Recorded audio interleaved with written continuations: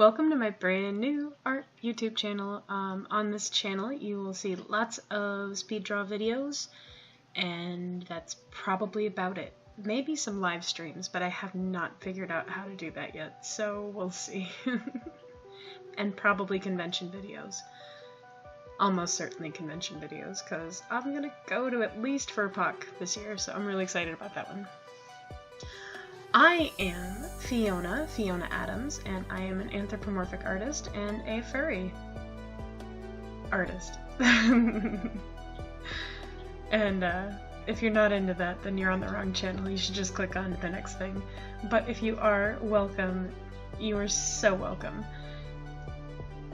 So part of what I want to do with this channel is, one, to just kind of talk about my life in the fur world, and also keep myself a little bit more motivated as far as creating my anthropomorphic artwork, because I tend to get distracted and wander off towards shiny things.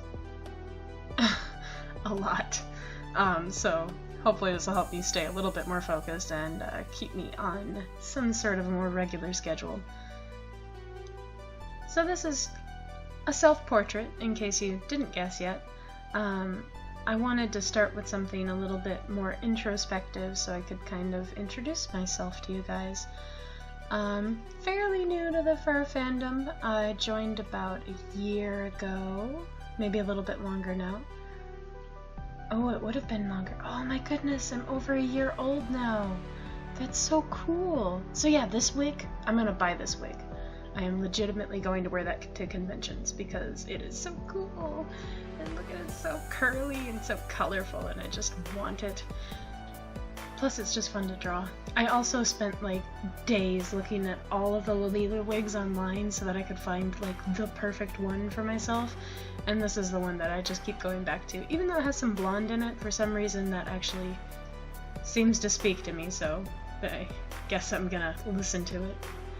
So this channel is kind of in conjunction with the blog I just started, and I actually kind of restarted the blog. I created one in January, February timeframe on Wix, and I just was really frustrated with it. It came out really pretty and it was usable, but I just didn't want to write on it. Like, I just didn't like the fact that the blog post seemed so secondary to the website, and the fact that I couldn't share my posts automatically to the places that I actually hang out online. Like Twitter. Literally, that's the only place that you'll find me for the most part, other than, you know, like Fur Affinity and Weasley. And now here, yay! But it really frustrated me that it didn't share to Twitter. I couldn't. All it would link to is Facebook, and I'm just not interested in being on there as myself. But I am terribly curious, like, where do you guys hang out online? Are you on Twitter? Because if you are, I would love to follow you and talk to you.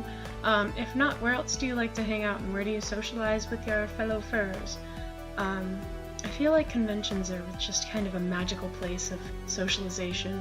That's where I have made most of my fur friends. And so thank you to Devin and Quinn for dragging me to A&E that one time where I was kind of like, this sounds cool. Can I go too?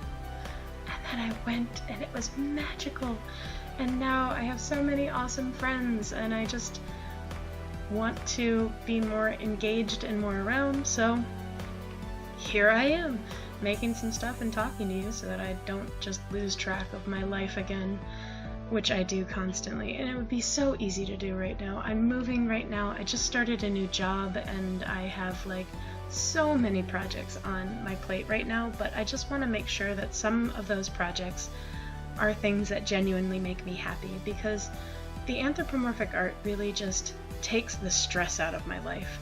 For the, I think this was an hour that I did this one, I stopped stressing out for that whole hour. I just zoned out and enjoyed making something pretty for the sake of being adorable, you know? And this thing that I'm doing with the fur right now, I'm gonna get distracted momentarily, but I want to talk about this. This was a technique that I was playing with when I was hanging out with Prance and Quiver the other night. I did a portrait of Prance, which, there, see? I was doing this kind of fur texture with my inking art, and I thought it looked really cool, so I wanted to bring it into this piece and kind of explore it a little bit more. I also really wanted to loosen up with my line art a little bit on this one, be a little bit more, not really loose, I guess tighten up my line art and be more, what is the word I'm looking for? Thoughtful?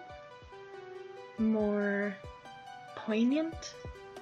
More effective with my placement of my line art. So with this one, I really wanted to find places that I could remove my really dark black lines and places where I could be really specific with them and try to get a softer overall look, which in the end I think I really actually achieved.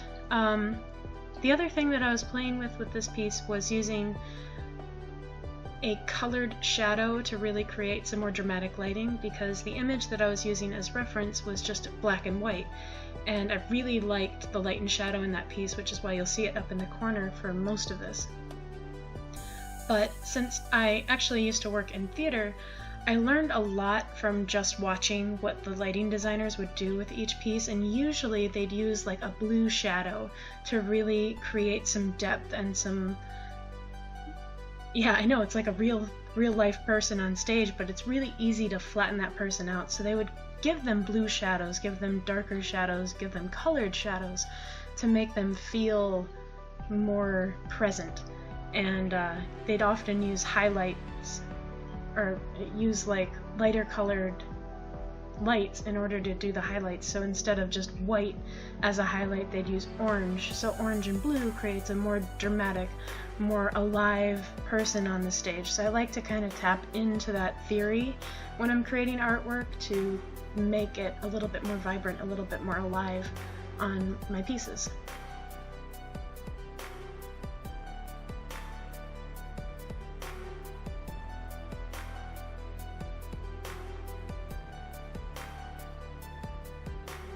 And look at that! I actually got rid of my line art, and I'm really proud of myself for that.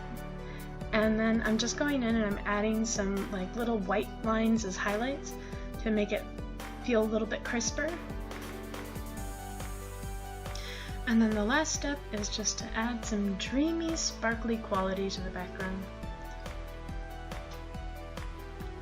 I used like two different brushes. One was like a digital paintbrush, airbrush style, and then the other one was just like a regular flat paintbrush with different opacities. And I lighten those up and call it done. So thank you guys for watching, and even if you don't feel like liking and subscribing, do leave me a comment and let me know where else on the internet I could find you, because I'd love to chat. Because you made it all the way to the end of my video, so that's freaking awesome. Thank you so much for watching. Anyway, I hope you guys have a good day. Wow, talking's hard. Let me try that again. So anyway, thank you guys for watching, and I'll talk to you next time. Bye!